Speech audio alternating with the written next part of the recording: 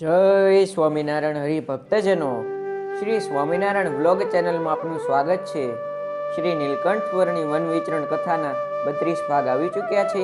32મા ભાગની લિંક ડિસ્ક્રિપ્શનમાં આપેલ છે તથા અન્ય ભાગને જોવા માટે ચેનલ પર પ્લેલિસ્ટ પણ આપેલ છે, ત્યાંથી તમે અન્ય ભાગને જોઈ શકશો.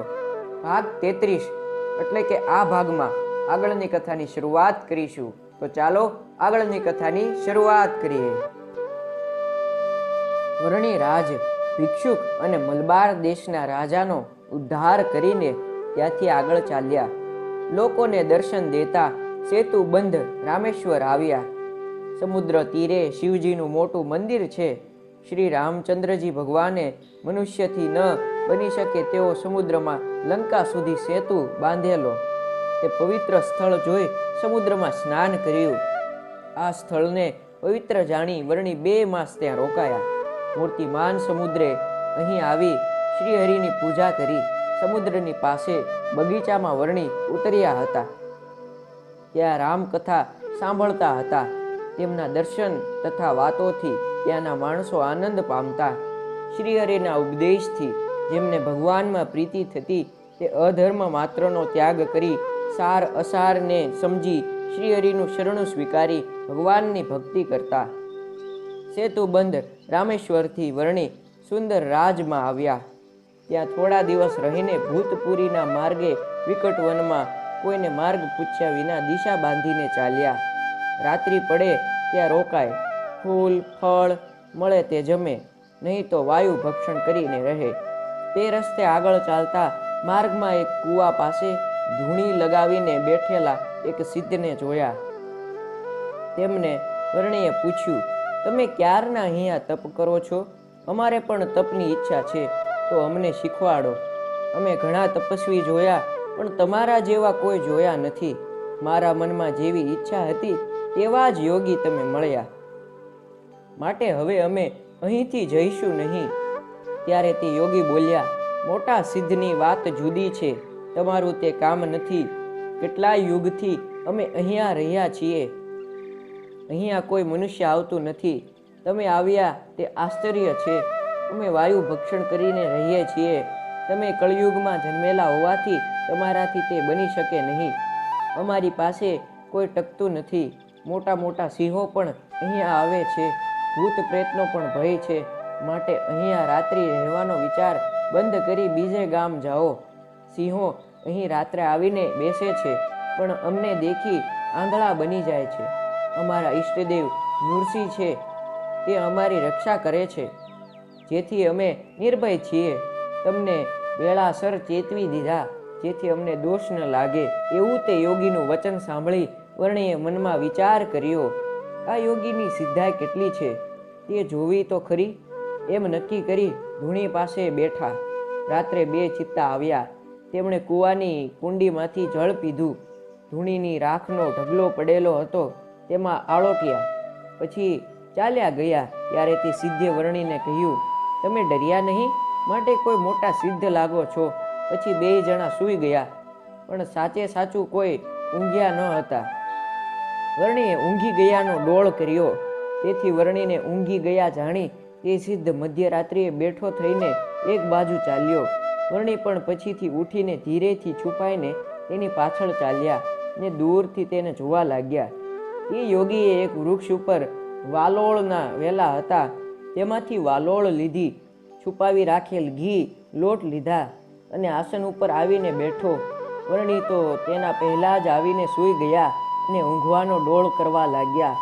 યોગીએ ઘઉંના લોટની બાટી બનાવી તેમાં ઘી નાખી વાલોળને અગ્નિમાં શેકી તે જમવા લાગ્યો. જમીને હાથ ધોવા લાગ્યો. ત્યારે વર્ણી ખોંખારો કરીને જાગ્યા. એ સિદ્ધ પછી સૂઈ ગયો. વર્ણી તો જાગતા રહ્યા.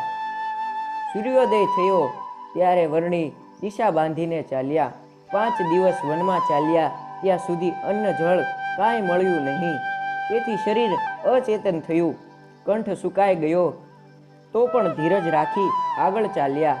ત્યારે એક સ્થળે જળ આવ્યું, તેમાં નાહ્યા. વિષ્ણુને નવરાવ્યા. પરબોળિયાની શીંગો મળી, તે શેકી નૈવેદ્ય ધરીને જમ્યા. તે જગ્યાએ એક પહોર રહીને ચાલ્યા. તે બીજે દિવસે મધ્યાહને વનમાં એક કૂવો આવ્યો, ત્યાં નાહ્યા, ઘાટી છાયા દેખીને બેઠા. પછી જળનું કમંડળ ભરીને વિષ્ણુને નવરાવવા લાગ્યા. તે બધું પાણી વિષ્ણુ પી ગયા. જળપાત્રમાં પાણી નહીં જોઈને વિષ્ણુ પી ગયા એમ માનીને ફરી ફરીને કમંડળ ભરી લાવી વિષ્ણુને જળપાન કરાવ્યું. એમ 5-7 વખત જળપાન કરાવ્યું. ત્યારે વિષ્ણુ તૃપ્ત થયા. પછી પૂજા કરીને વિચાર કરવા લાગ્યા. વિષ્ણુને આટલી તરસ લાગી ત્યારે ભૂખ પણ લાગી હશે, પણ નૈવેદ્ય ધરવાનું કાંઈ છે નહીં, તેથી શું થાય? પોતાને તો 6 દિવસથી અન્ન મળ્યું નથી, તેનો તો મનમાં ઘાટ પણ નથી. ઝાડીનો પાર આવ્યો. ગામથી 4 ગાંવ દૂર વડના વૃક્ષ નીચે એક મોટા સિદ્ધ બેઠેલા જોયા. વર્ણી તેની પાસે ગયા. તેને 7-8 શિષ્યો હતા. તેમને પૂછ્યું અને તેઓ કહે છે, આ અમારા ગુરુ છે. તેમનું નામ દુધાધારી છે. તેઓ અન્ન ફળ કાંઈ પણ ખાતા નથી, ઝાડે ફરવા પણ જતા નથી, વસ્તીમાં રહેતા નથી, સદા મૌન રાખે છે. આથી તેમને મોટા સિદ્ધ માની રાજાઓ તથા ઘણા માણસો તેમને માને છે, અને રોજ અનેક માણસો દર્શને આવે છે અને ઘણી ભેટો ધરે છે. તેનાથી અમે અમારો વ્યવહાર ચલાવીએ છીએ. આ રીતનું તેના શિષ્યનું વચન સાંભળી સર્વ અંતર્યામી શ્રી હરિએ વિચાર્યું, આનો દંભ તો બરાબર જુઓ, કારણ કે વાસ્તવિક રીતે તો તે એક મહાન લૂંટારો છે અને દંભથી લોકોને ઠગતો.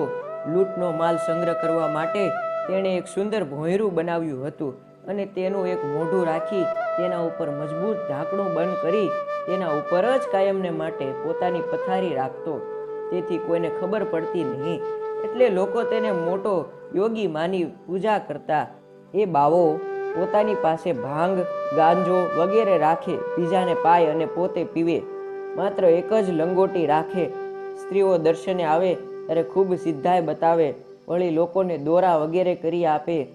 ખોટી જડીબુટ્ટી વગેરે આપી લોકો પાસેથી ધન લૂંટે અને સ્ત્રીઓ આગળ વાત કરે, અમે કામરૂ દેશમાં 6 માસ રહ્યા હતા, ત્યાં કાયમ સ્ત્રીઓનું રાજ્ય છે, કોઈ પુરુષ મળે જ નહીં. શ્વેત બગલો દેખાય તો સ્ત્રીઓ તેને પુરુષ જાણીને પાછળ દોડે. બગલો ઉડી જાય ત્યારે નિરાશ થઈને પાછી વળે, અને જો કોઈ પુરુષ હાથમાં આવે તો તેને દિવસે બગલો બનાવે અને રાતે નર બનાવે. એવા ગપ્પા મારીને લોકોને ભરમાવે. ભક્ત માળની કથા સંભળાવે અને સંતોનો ખૂબ મહિમા સમજાવે. તેના ચેલા પણ ગુરુનો મહિમા વધારતા કહે છે કે ગુરુને 1000 વર્ષ થયા છે, તેથી મોટા સિદ્ધ છે. તેઓ ગિરનારમાં તથા આબુ ઉપર, હિમાલયમાં તથા તીર્થોમાં ફરીને તપ કરી ખૂબ સમર્થ બન્યા છે. જ્યારે આ જગ્યાએ સમુદ્ર હતો ત્યારે ગુરુજી અહીં આવ્યા હતા. આ રીતે એ ઠગ દુધાધારી બાવો અને તેના શિષ્યો જે વડ નીચે રહ્યા છે ત્યાં વર્ણી સંધ્યા સમયે આવ્યા. ત્યારે બાવો કહે, હે વર્ણી, અહીં સિંહનો ભય લાગે છે, માટે જલ્દી ગામમાં જાઓ. અહીં ભૂત પ્રેત પણ રહે છે, તેથી અહીં તો મોટા અવધૂત સિવાય બીજા કોઈ રહી શકે નહીં. ત્યારે વર્ણી કહે, અત્યારે સૂર્ય અસ્ત પામ્યો છે, ગામ 4 ગાંવ દૂર છે, માટે જઈશ નહીં. વર્ણીનો ત્યાં રહેવાનો આગ્રહ જોઈ બાવો કહે, ભલે રહો. એમ કહી એક જગ્યાએ આસન કરાવ્યું. વર્ણી તો આસનમાં ઊંઘવાનો ડોળ કરીને જાગતા સૂતા છે. બાવા જાણે વર્ણી સૂઈ ગયા છે એમ માની ભોંયરામાંથી સામાન કાઢીને સારી રસોઈ બનાવી. તેટલામાં તેનાથી દિવસે દૂર રહેતા અને રાતે પાસે આવતા અને બાવાઓને જે વસ્તુઓ જોઈએ તે ગામમાંથી લાવી આપનાર બાવાના બીજા 4 વૈરાગી શિષ્યો આવ્યા. તે બધા સાથે જમવા બેઠા. વર્ણીને પણ જમવા માટે બોલાવ્યા. વર્ણીને જમવામાં કોઈ બાધ છે નહીં, તો પણ શાસ્ત્ર મર્યાદાનું પાલન કરવા માટે વિચાર કર્યો કે પાપીના હાથનું અન્ન ન ખાવું, એટલે પોતે જમવાની ના પાડી. બાવાએ વધારે આગ્રહ કર્યો. પછી તેઓ જમવા લાગ્યા. જમતા જમતા તેઓ વાત કરવા લાગ્યા. વર્ણી તેને સૂતા સૂતા સાંભળે છે. બાવાઓ કહે છે કે રોટલી તો ઘી સાકરની સાથે જ ખાવી જોઈએ. સાચા અને સીધા માણસને કોઈ માનતું નથી. કપટ કરે તેને બધા માને છે અને તેથી જ તેનું પોષણ થાય છે.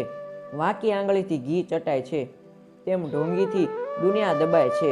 બીજનો ચંદ્રમાં વાંકો હોય છે, છતાં લોકો તેને માને છે. એમ વાતો કરતા કરતા બાવા જમી રહ્યા. પછી પેલા 4 જણા અડધી રાતે ગામમાં ગયા અને એક શેઠના મકાનમાંથી ચોરી કરીને જે માલ હાથ આવ્યો તે લાવીને બાવાજીના ભોંયરામાં મૂકી દીધો. આ બધું જોઈને તથા સાંભળીને વર્ણીએ વિચાર્યું, આવા પાપી પાસે રહેવાય નહીં. એમ વિચારી પાછલી રાતે ચોરો જે રસ્તેથી આવ્યા હતા તે સિવાયના બીજા રસ્તેથી ત્યાંથી ચાલી નીકળ્યા. શેઠને ત્યાં ચોરી થઈ તે વાત રાજાને શેઠે જણાવી. રાજાએ વિચાર કર્યો કે જે રાજાના રાજ્યમાં ચોરી થાય તે રાજા નાદાર ગણાય અને તેની પ્રજા દુઃખી થાય. માટે આ ચોરોને પકડીને તેને શિક્ષા બરાબર કરવી જોઈએ, જેથી ફરીથી કોઈ ચોરી ન કરે. આ પ્રમાણે વિચાર કરી ચોકીદારોને બોલાવી રાજાએ કડક આજ્ઞા કરી કે ચોરોને પકડી ચોરાયેલો તમામ માલ પાછો લાવો, અને જો તેમ નહીં થાય તો તમને દંડ થશે. પછી તે લોકોએ પગેરું કાઢ્યું તો તે ચોરોના પગલાં બાવાના આસન પાસે આવેલા જોયા. પછી રાજાને વાત કરી કે પગેરું તો બાવાજીના આસન પાસે આવે છે. રાજાએ પોતાના કારભારીને સાથે મોકલ્યો તો તે પ્રમાણે બરાબર હતું. કારભારીએ તરત જ વિચાર કરી બાવાજીનું આસન ઉપડાવ્યું તો ભોંયરાનું મોઢું દેખાયું. તે ઉઘાડાવી અંદર જોયું તો તે શેઠનો ચોરાયેલો તમામ માલ તથા બીજો પણ ઘણો જ ચોરાયેલો માલ મળ્યો. તે તમામ માલ લાવી રાજાના ખજાનામાં મુકાવ્યો અને બાવાને પકડી તેની જટા ખેંચી નખાવી. પગમાં બેડીઓ પહેરાવી જેલમાં પૂર્યો.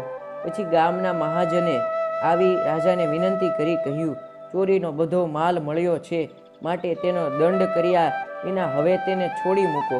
મહાજનનું માન રાખી તેમને રવાના કરી દિવાનને બોલાવી રાજાએ હુકમ કર્યો, આ દંભી કપટી દૂધાધારી બાવાનું માથું મુંડાવી માથે ચૂનો ચોપડી એક તરફથી દાઢી અને બીજી તરફથી મૂછ મુંડાવી ગળામાં ખાંસડાની માળા પહેરાવી અવળે ગધેડે બેસાડી તેનું મોઢું ગાલ કાળા કરી હાથમાં ગધેડાનું પૂંછડું પકડાવી પાછળ ઢોલ વગાડતા આખા ગામમાં ફેરવી દક્ષિણ તરફના દરવાજેથી તેને કાઢી મૂકો, જેથી ફરી આવું કૃત્ય ક્યારેય ન કરે. પછી દીવાને રાજાના હુકમ પ્રમાણે કરી તેને કાઢી મૂક્યો. લોકોએ તેનો ઘણો તિરસ્કાર કર્યો. બાવો પણ પછી ઘણો પસ્તાયો. તેના શિષ્યોમાં પણ જે ગુનેગારો હતા તેમને શિક્ષા કરી. બીજા શર્માએ ચાલ્યા ગયા. વર્ણી તો ત્યાંથી ચાલતા તે રાજાના ગામમાં આવી ત્યાં રોકાયા હતા. તેમણે આ બાવાની પરિસ્થિતિ જોઈ મનમાં વિચાર્યું, આવા ધૂતારાઓને આવી શિક્ષા થવી જ જોઈએ. તે ગામમાં એક દિવસ રોકાય ત્યાંના માણસોને સાધુ અસાધુના વિવેકનો તથા તેમના મોક્ષનો ઉપદેશ આપી ત્યાંથી આગળ ચાલ્યા. તો હરિભક્તજનો, ભાગ 33 માટે આટલું જ. આગળની કથાની શરૂઆત ભાગ 34થી કરીશું. જો આ વિડીયો તમને ગમ્યો હોય તો લાઈક કરજો, અન્ય હરિભક્તો સાથે આ વિડીયોને શેર કરજો તથા આવા અન્ય વિડીયો જોવા માટે ચેનલને સબસ્ક્રાઈબ કરજો. જય સ્વામિનારાયણ.